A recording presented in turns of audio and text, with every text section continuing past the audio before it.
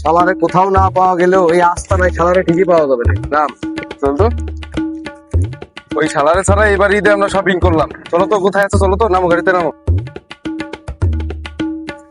চল। আরেক গুণ আরেক গুণ আরেক গুণ আরেক গুণ।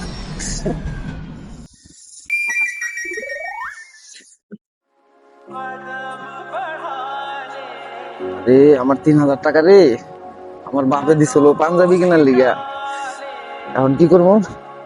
হ্যালো দোস্ত, তোর বিকাশে কি 500 টাকা হবে দোস্ত? খুব দরকার দোস্ত, ইমার্জেন্সি লাগবে। যদি পাঠাইতে পারিস একটু তাড়াতাড়ি পাঠা। আছে তোর বিকাশে টাকা আছে 500? হবে? সকাল একটা ফোন দিতে বেটা, তুমি এনে বলে ক্যাসিনো মারতেছো না? তোর কলেই পাই না, তোর ছাড়া ঈদে শপিংটা করা লাগলো। একা একা বসে আছিস কেন? তো সকাল থেকে খুঁজে পেতেছি না, তোমার আব্বু কিছু বলতে পারতেছে না, কোনো সমস্যা হয়েছে? বন্ধু তোরা তো জানিস আমার পরিবারের কি অবস্থা। আমার বাপে অনেক কষ্ট করে আমার 3,000 টাকা দিছিল ঈদে পাঞ্জাবি কেনার লেগে।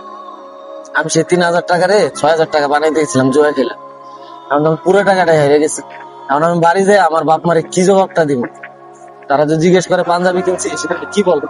আমি তো টাকা হেরে গেছি জুয়া খেলা। তোর বেটা টেনশন করিস না, আমরা আসছি না ভাইয়া। আমরা থাকতে তোর ঈদের শপিং হবে না, এটা হইলো? ওঠ, ওঠ, কি হয়েছে? কিছু হয় না, ওঠ।